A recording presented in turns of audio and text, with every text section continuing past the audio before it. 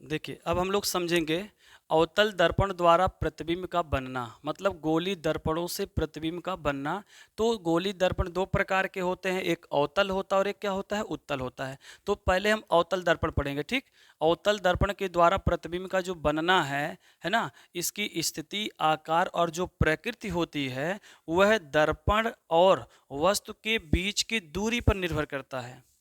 मतलब अवतल दर्पण के द्वारा जो प्रतिबिंब बनता है ना, वह प्रतिबिंब जो है किस पर निर्भर करता है, दर्पण और वस्तु के दूरी के बीच, यानी दर्पण और वस्तु के बीच की जो दूरी होती है उसी पर निर्भर करता है, ठीक। तो समझिए इसको। अवतल दर्पण द्वारा प्रतिबिंब का जो बनना है, 6 स्थिति होती है। कितनी स्थिति होती है, 6 स्थिति होती है। सबको पता होना चाहिए, है ना। कितनी स्थिति बोला गया है, 6 स्थिति। तो 6 स्थिति में पहला स्थिति मैं समझा रहा हूं आपको। स्थिति नंबर 1, अच्छे से देखिएगा। स्थिति नंबर क्या लिखा हूं, 1। स्थिति नंबर 1 क्या है, ध्यान से देखिएगा। जब वस्तु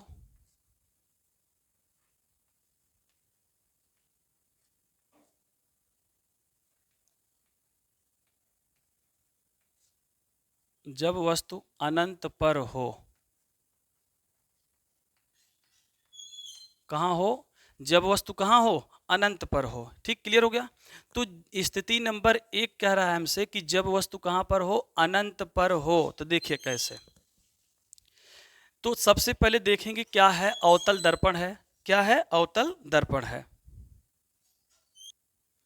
देखिए, पहला स्थिति है कि जब वस्तु कहाँ हो, अनंत पर हो। तो दिमाग में आपके सेट होना चाहिए किस दर्पण की यहाँ चर्चा हो रही है, अवतल दर्पण की है। तो हम क्या बनाएंगे, पहले अवतल दर्पण बनाएंगे। क्या बनाएंगे, अवतल दर्पण। तो देखिए, ये बन गया आपका खोखले गोले का एक कटा हुआ भाग।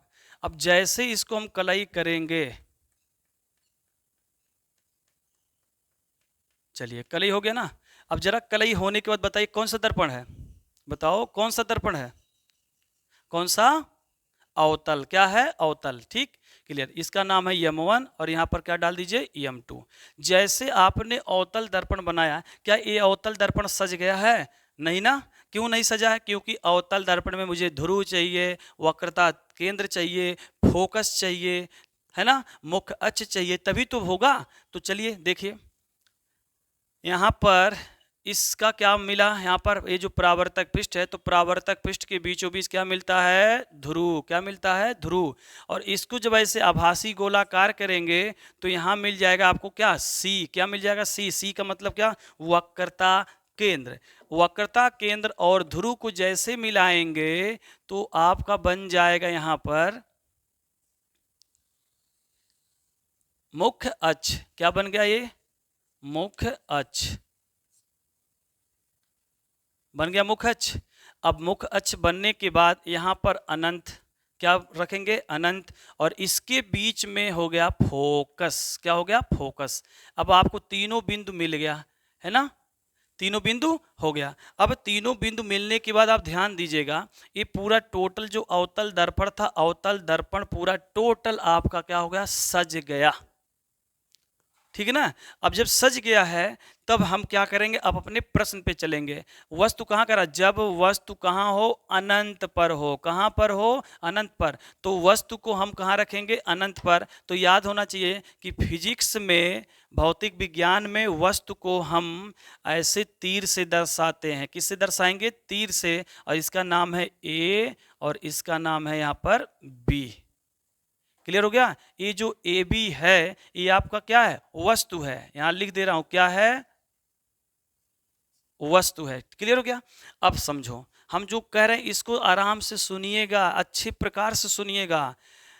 अवतल दर्पण के सामने जब वस्तु अनंत दूरी पर हो, अवतल दर्पण के सामने जब वस्तु कहाँ हो, अनंत दूरी पर हो। अवतल दर्पण के सामने जब वस्तु कहाँ हो, अनंत दूरी पर हो। तो ये जो वस्तु रखा गया है किस दूरी पर है, अनंत दूरी पर है। तो अनंत दूरी पर जब होती है तो वस्तु के शीर्ष से दो परस्पर समांतर किरणें निकलती हैं। वस्तु के शीर्ष से दो परस्पर समांतर किरणें निकलती हैं। फिर से सुनिएगा कि जब अवतल दर्पण हो और अवतल दर्पण के सामने, अवतल दर्पण के सामने वस्तु कहाँ हो, अनंत पर हो, तो वस्तु के शीर्ष से कितनी किरणें, दो निकलेंगी। लेकिन कैसे निकलेगी, समांतर निकलेगी। देखिए कैसे, पहला निकलेगा फोकस से। किससे निकला, फोकस से। तो आपको पता होगा भी प्रतिबिंब बनाने का जो नियम मैंने सिखाया, 3 नियम, तो 3 नियम में सीखे हैं कि जब प्रकाश की किरण फोकस से होकर जाती है, जब प्रकाश की किरण फोकस से होकर जाती है तो यहाँ पर परावर्तन के पश्चात वह मुख्य अक्ष की क्या हो जाएगी, समांतर हो जाएगी। मुख्य अक्ष की क्या हो जाएगी, समांतर हो जाएगी। ये देखिए मुख्य अक्ष की क्या हो गया, समांतर हो गया। क्लियर हो गया। अब देखो दूसरी किरण वक्रता केंद्र से होकर जाएगी। दूसरी किरण किससे होकर जाएगी, वक्रता केंद्र से होकर जाएगी। दूसरी किरण किससे होकर जाएगी, वक्रता केंद्र से होकर जाएगी। तो उसी माध्यम से क्या होगी, वापस चली जाएगी। गया कि नहीं वापस। अब जाने के बाद आप ध्यान दीजिए यहां पर कि ये दोनों परावर्तित किरण यहां पर कटा कि नहीं कटा, कटा ना। इसको यफ को ऊपर मैं रख दे रहा हूं, यफ ऊपर हो गया, यहां पर कटा है। तो मैंने बोला कि ये दोनों परावर्तित किरण जिस बिंदु पर कटता है, जिस बिंदु पर क्या होता है, कटता है, तो मैं बोला जहां कटा वहीं प्रतिबिंब प्राप्त हुआ। जहां कटा वहीं प्रतिबिंब क्या हुआ, प्राप्त हुआ। तो ये जो बिंदु कटा है ना, यहीं पर हम क्या किए, प्रतिबिंब को प्राप्त कर लिए। देखिए प्रतिबिंब क्या हो गया, प्राप्त हो गया। ध्यान दीजिए, ये प्रतिबिंब क्या हो गया, प्राप्त हो गया। क्लियर हो गया। अब देखो यहां ऊपर ए है तो इसकी तीर ऊपर थी, इसकी तीर कहां होगी, नीचे, तो हो जाएगा ए डैश। क्या लिखेंगे यहां पर, ए डैश, और ये हो जाएगा आपका बी डैश। क्लियर, समझ में आया कि नहीं आया। अब समझो इसको कैसे लिखना है मुझे पेपर में। तो प्रश्न कैसे पूछेगा कि अवतल दर्पण के सामने, प्रश्न सुनो क्या कर रहे हैं, अवतल दर्पण के सामने जब वस्तु अनंत दूरी पर होती है तो वस्तु की प्रतिबिंब, वस्तु की प्रतिबिंब की स्थिति, आकार और प्रकृति को किरण आरेख द्वारा स्पष्ट कीजिए तथा व्याख्या भी कीजिए। प्रश्न तो समझ में आ गया। अब देखिए हमने क्या किया कि इस स्थिति को समझने के लिए कि कह रहा कि जब वस्तु अनंत पर हो तो कौन सा दर्पण बनाएंगे, अवतल। तो सबसे पहले क्या बनाएंगे, अवतल दर्पण बनाएंगे। अवतल दर्पण को मैंने बोला सब पॉइंटों से सजा दीजिए। तो यहाँ मिला ध्रुव इसके बीचों बीच, इसको ऐसे गोलाकार किए तो यहाँ सी मिला, और सी और पी को जब मिलाया गया तो बना मुख्य अक्ष बन गया, और सी और पी के बीच में मिल गया फोकस। क्लियर हो गया। अब हमें कह रहा कि वस्तु कहाँ पर हो, अनंत पर, तो वस्तु को मैंने अनंत पर रख दिया। और वस्तु पे जब अनंत पे रखा है तो इसके शीर्ष से दो परस्पर समांतर किरणें निकली है। एक फोकस से निकला है तो टकरा के मुख्य अक्ष के समांतर हुआ है, और दूसरा प्रकाशिक केंद्र से होकर गया है तो टकरा के उसी माध्यम से क्या हो गया, वापस चला गया है। तो ये दोनों परावर्तित किरणें एक दूसरे को बिंदु ए डैश पर क्या करते हैं, काटते हैं। तो जहां काटते हैं, जहां कटता है वहीं वस्तु का प्रतिबिंब गिरता है। क्लियर हो गया ना। अब समझो लिखना कैसे है कि अवतल दर्पण के सामने जब वस्तु अनंत दूरी पर होती है तो वस्तु के शीर्ष से दो परस्पर समांतर किरणें निकलती है, जिसमें से पहली किरण मुख्य फोकस से होकर जाती है तो परावर्तन के पश्चात मुख्य अक्ष के समांतर हो जाती है, तथा दूसरी वक्रता केंद्र से होकर जाती है तो परावर्तन के पश्चात उसी माध्यम से वापस चली जाती है। तो ये दोनों परावर्तित किरणें बिंदु ए डैश पर मिलती हैं, अतः वस्तु का वास्तविक प्रतिबिंब ए डैश बी डैश फोकस पर प्राप्त होता है। ऐसे आपको लिखना है व्याख्या। समझ में आ गई बात ना। अब चलो इसमें पूछा है स्थिति, आकार और प्रकृति। तो देखिए यहां पर मैं लिख दे रहा हूं स्थिति, स्थिति क्या लिखे हैं स्थिति। तो इसकी स्थिति कहाँ है, फोकस पर है। कहाँ पर है, फोकस पर। एफ से फोकस होता है, यानी ये जो प्रतिबिंब की स्थिति है वो कहाँ पर है, फोकस पर है। ये ध्यान रहे कि किसकी स्थिति बोला गया है, आई मतलब होता है इमेज। क्या होता है, इमेज। मतलब आई मतलब इमेज, और इमेज की स्थिति कहाँ है, फोकस पर है। दूसरा कह रहा आकार, किसका आकार, इमेज का आकार। तो इमेज का आकार जो है वस्तु के आकार से छोटा है, वस्तु के आकार से क्या है, छोटा है। वस्तु से छोटा हो गया। तीसरी पॉइंट कह रहा प्रकृति क्या है, इमेज की जो प्रकृति है वो प्रकृति आपका है उल्टा। क्या है, उल्टा और वास्तविक है। क्या है, वास्तविक। बोलो आया कि नहीं समझ में, आ गया पहली स्थिति की नहीं आया, आ गया समझ में ना। अब स्थिति नंबर 2 पे चलेंगे। स्थिति नंबर 2, स्थिति नंबर क्या है, 2 है।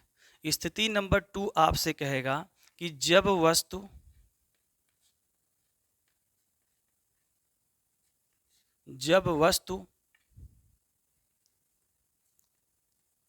अनंत व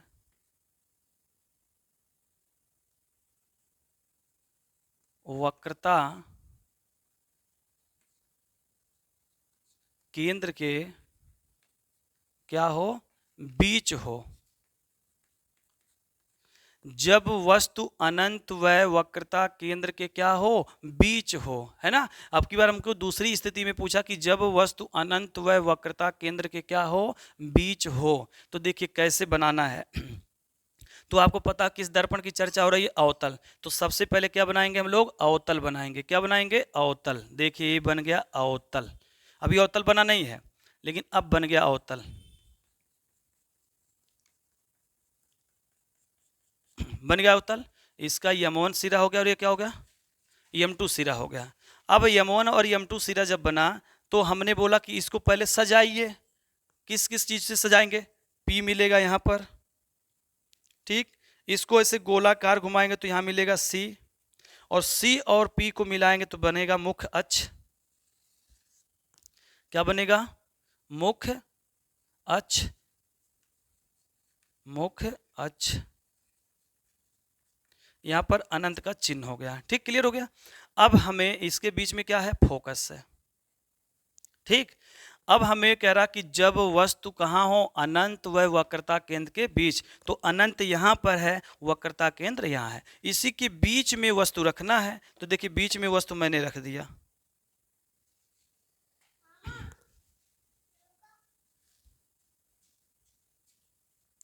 बीच में मैंने क्या किया, वस्तु को रख दिया, रख दिया ना। अब जब बीच में वस्तु रखा गया तो इसका नाम डालिए ए, और क्या है बी, और इसका नाम क्या है, वस्तु, ठीक। अब ध्यान से सुनिएगा कि जब वस्तु जो है ये अवतल दर्पण के सामने है ना। प्रश्न बनेगा, अवतल दर्पण के सामने जब वस्तु अनंत व वक्रता केंद्र के बीच होती है तो उस प्रतिबिंब की स्थिति, आकार और प्रकृति के बारे में बताइए। तो देखिए अवतल दर्पण बनाइएगा, अवतल दर्पण को सबसे सजा दीजिएगा। पी कहाँ है, एफ कहाँ है, सी कहाँ है, अनंत कहाँ है, ये और मुख्य अक्ष कैसा है, ये तो आपको सजाने आ गया। 2 से 4 बार बनाएंगे तो समझ में आ जाएगा। और हमसे कह रहा वस्तु कहाँ हो, अनंत व वक्रता केंद्र के बीच। तो अनंत और वक्रता केंद्र के क्या है, बीच है। तो आपको पता कि इसकी वस्तु के शीर्ष से कितने किरणें, 2 किरणें निकलेंगी।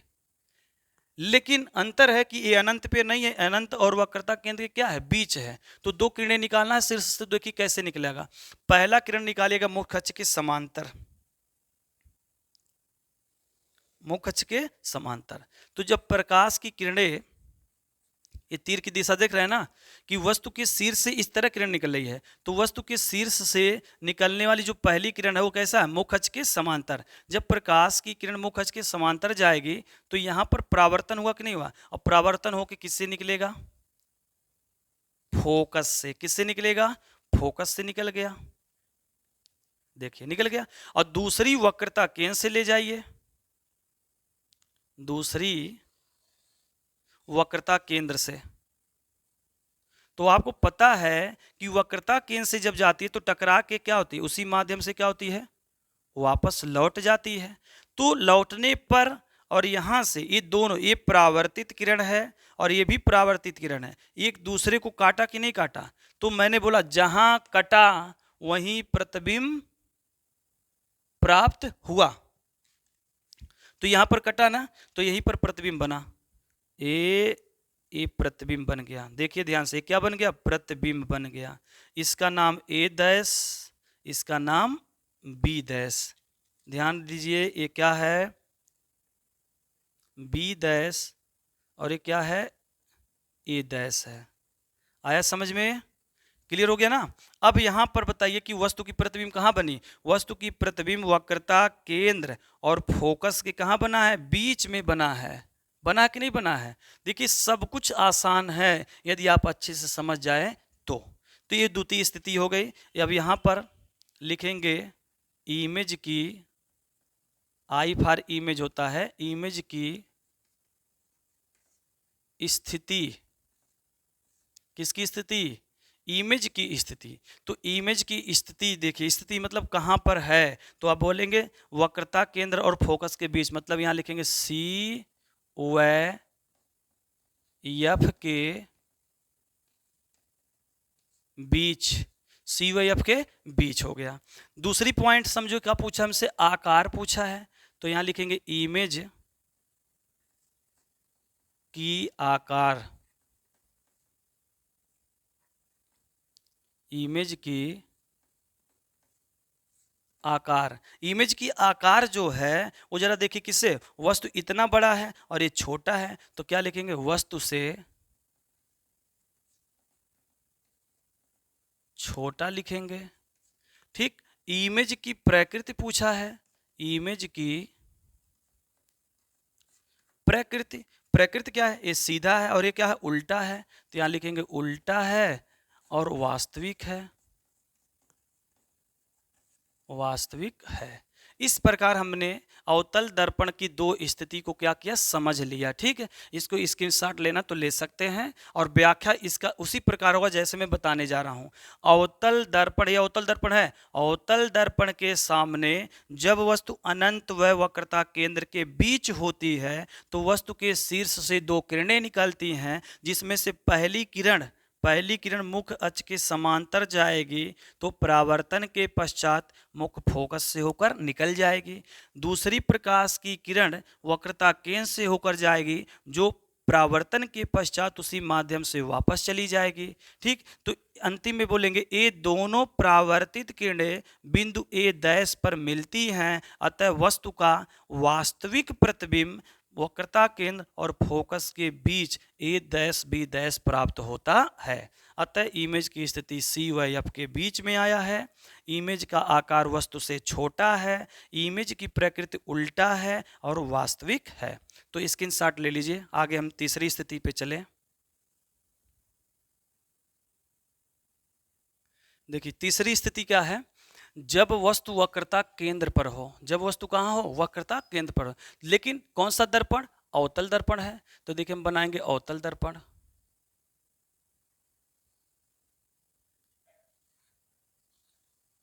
ये भी क्या है? एक खोखले गोले का कटा हुआ एक भाग है। लेकिन अब क्या बन रहा है? ये बन गया अवतल दर्पण M1, और क्या हो गया? M2 हो गया। क्या यह अवतल दर्पण सज गया है? नहीं सजा है। सजाइए इसको। इसको बीच में क्या देंगे? P, और इसी को ऐसे गोलाकार बनाएंगे तो क्या मिलेगा? C। मिल गया ना? अब ये जो C मिला है और इसी C और P को जब हम मिलाएंगे, इसी C और P को मिलाएंगे तो हमारा बनेगा ये मुख्य अक्ष। क्या बना? ये मुख्य अक्ष। ठीक, क्लियर हो गया। और इसके बीच में क्या मिलेगा? फोकस। क्या मिलेगा? फोकस। बात समझिएगा यहां पर। ठीक, क्लियर हो गया ना? अब हमें कहा जा रहा है प्रश्न में, सब पूरा टोटल सज गया है। जब वस्तु कहाँ हो, वक्रता केंद्र पर, तो वस्तु को कहाँ रखेंगे, वक्रता केंद्र पर रखेंगे। ध्यान दीजिएगा, ये हो गया वक्रता केंद्र। वक्रता केंद्र पर हमने क्या रख दिया, वस्तु। इसका नाम हो गया ए और ये हो गया बी। ए और क्या हो गया, बी हो गया, है ना। अब देखिए ये जो B है ये आपका वस्तु है, लेकिन वस्तु कहाँ रखा गया है, वक्रता केंद्र पर रखा गया है। अब वक्रता केंद्र पर रखा गया है, तब भी उसके शीर्ष से कितनी किरणें, 2 किरणें निकलेंगी। तो 2 किरणें निकाला जाए, देखिए कैसे निकाल रहे हैं हम, अच्छे से देखिएगा।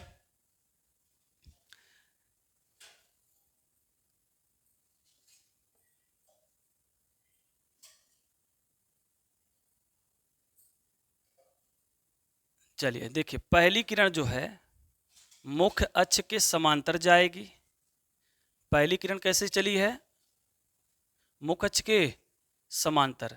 जब पहली किरण मुख्य अक्ष के समांतर जा रही है ना, तो मुख्य अक्ष के समांतर गई, किससे निकलेगी, फोकस से निकलेगी। किससे निकलेगी, फोकस से निकलेगी।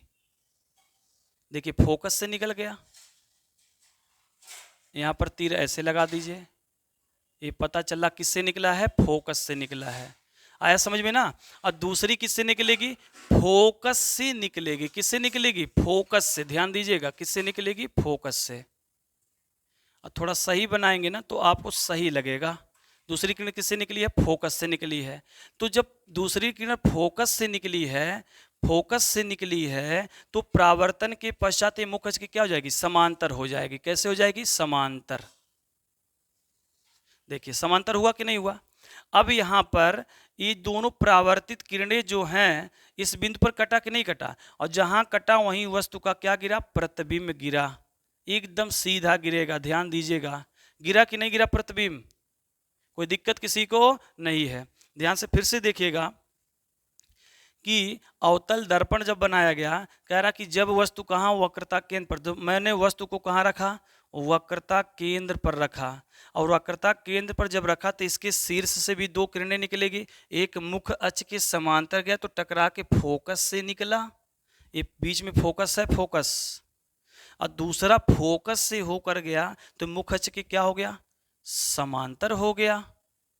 अब ये दोनों परावर्तित किरणें इस बिंदु पर कटा, इस बिंदु पर क्या हुआ, कटा। तो ऊपर ए है तो यहां हो जाएगा ए डैश और यहां हो जाएगा बी डैश। क्लियर हो गया ना।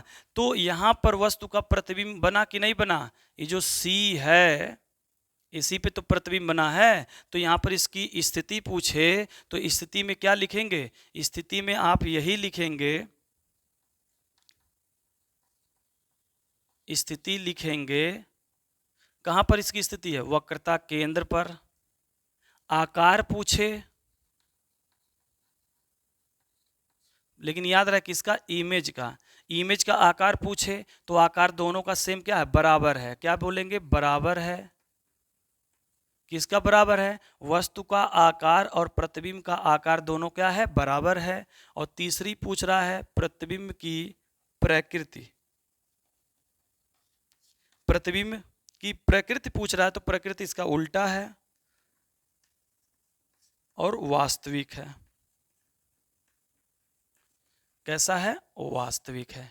ठीक, क्लियर समझ में आया ना। इसको भी उसी प्रकार लिखना है कि जब अवतल दर्पण के सामने जब वस्तु वक्रता केंद्र पर होती है तो इसके शीर्ष से 2 किरणें, पहली मुख्य अक्ष के समांतर टकरा के फोकस से निकलेगी, दूसरी फोकस से जाएगी तो टकरा के मुख्य अक्ष के समांतर हो जाएगी। ये दोनों एक दूसरे को बिंदु ए डैश पर काटती हैं। यहीं पर वस्तु का वास्तविक प्रतिबिंब क्या होता है, ए डैश बी डैश वक्रता केंद्र पर प्राप्त होता है। ये हो गया स्थिति नंबर 3। इसी प्रकार हम समझेंगे स्थिति नंबर 4। स्थिति नंबर 4, स्थिति नंबर 4। अब देखिए स्थिति नंबर क्या है, 4 है कि जब वस्तु वक्रता केंद्र व क्या हो, फोकस के बीच हो। अब की बार वस्तु कहाँ कह रहा है, वक्रता केंद्र और फोकस के बीच हो। तो चलिए बनाया जाए। तो सबसे पहले क्या बनाएंगे, अवतल दर्पण। देखिए अवतल दर्पण बन गया, कौन सा दर्पण, अवतल। क्या अवतल बना, अभी नहीं, क्योंकि कलाई करेंगे तब बनेगा।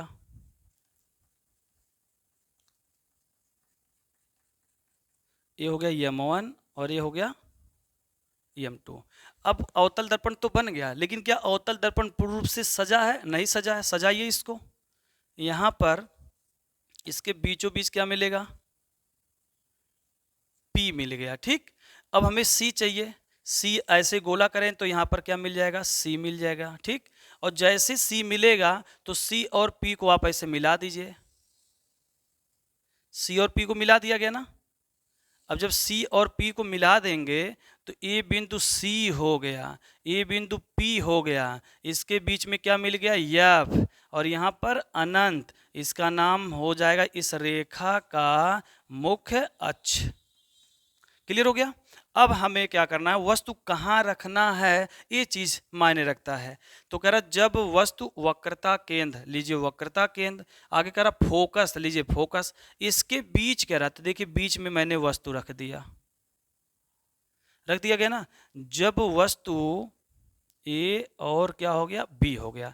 जब वस्तु हमारा जो है वक्रता केंद्र और फोकस के बीच हो, तब भी वस्तु के शीर्ष से दो किरणें निकलेगी। कितनी किरणें? दो किरणें। चलिए, पहली किरण कैसे निकलती सबको पता है। इसकी पहली किरण मुख्य अक्ष के समांतर, ए ऐसे सीधे निकलेगी।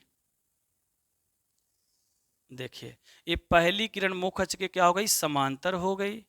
और जब मुख्य अक्ष की समांतर जाती है तो यहां परावर्तन के पश्चात किससे निकलेगी? फोकस से निकलेगी। किससे निकलेगी? फोकस से निकल गई। क्लियर हो गया? कोई प्रॉब्लम नहीं है। और दूसरी किरण किससे निकालेंगे? फोकस से निकाल दीजिए। तो देखिए फोकस से निकाल देता हूं। ए फोकस से निकला। और जब फोकस से निकलता है ना, किससे निकलता है? फोकस से, तो परावर्तन, यहां परावर्तन के पश्चात मुख्य अक्ष के क्या हो जाएगा? समांतर हो जाएगा। मुख्य अक्ष के समांतर हो जाएगा। इसका तीर ऊपर लगा दीजिए। मुख्य अक्ष के समांतर। अब ये दोनों किरणें एक दूसरे को यहां पर काटा कि नहीं काटा? काटा ना। अब ये जो कटान बिंदु है, मैंने बोला था जहां कटा वहीं प्रतिबिंब प्राप्त हुआ। तो देखिए यहां पर कटा है ना, तो इसका प्रतिबिंब यहीं पर बनेगा। देखिए ये प्रतिबिंब कहाँ बना है? आपको पता होगा कि अनंत, अनंत और वक्रता केंद्र के बीच बना है। कहाँ बना है? अनंत और वक्रता केंद्र के बीच बना है। यदि इस वस्तु को बीचों बीच रखेंगे तो वास्तव में अनंत और वक्रता केंद्र की क्या होगा? बीच में आएगा। ठीक, अब यहाँ पर ऊपर तीर ए है तो यहाँ पर हो जाएगा ए डैश, यहाँ पर बी है तो ये हो जाएगा बी डैश।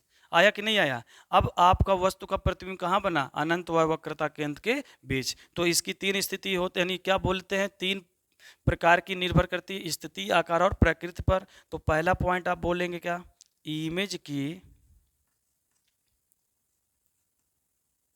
जो स्थिति है वह स्थिति कहाँ है? अनंत व वक्रता केंद्र के बीच। इमेज की आकार कहाँ है? इमेज की आकार जो है वस्तु से की बार बड़ा है। देखिए ये छोटा है और ये क्या है? बड़ा है। तो यहां लिखेंगे वस्तु से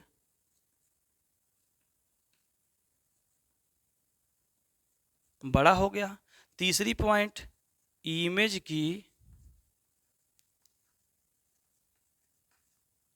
प्रकृति। प्रकृति क्या होता है? उल्टा है इसका, क्योंकि इसकी तीर ऊपर, इसकी तीर क्या है? नीचे, उल्टा है। और क्या है? वास्तविक है।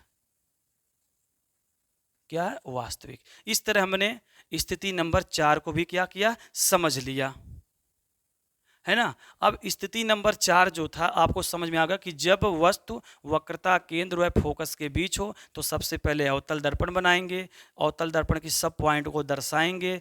P कहाँ है, F कहाँ है, C कहाँ है, अनंत कहाँ है, मुख्य अक्ष हो गया। अनंत और वक्रता केंद्र और फोकस के बीच रखे हैं तो इसके शीर्ष से दो किरणें निकली है, मुख्य अक्ष के समांतर जाएगी तो परावर्तन के पश्चात फोकस से निकलेगी, और फोकस से जाएगी तो परावर्तन के पश्चात मुख्य अक्ष के समांतर हो जाएगी। ये दोनों किरणें बिंदु ए डैश पर मिलती हैं। अतः वस्तु का वास्तविक प्रतिबिंब ए डैश बी डैश अनंत व वक्रता केंद्र पर, अनंत व वक्रता केंद्र के बीच मिलती है या प्राप्त होती है। ठीक, क्लियर हो गया? इसको स्क्रीनशॉट ले लीजिए, क्योंकि अब स्थिति नंबर हम 5 बताएंगे। 4 स्थिति हो गए।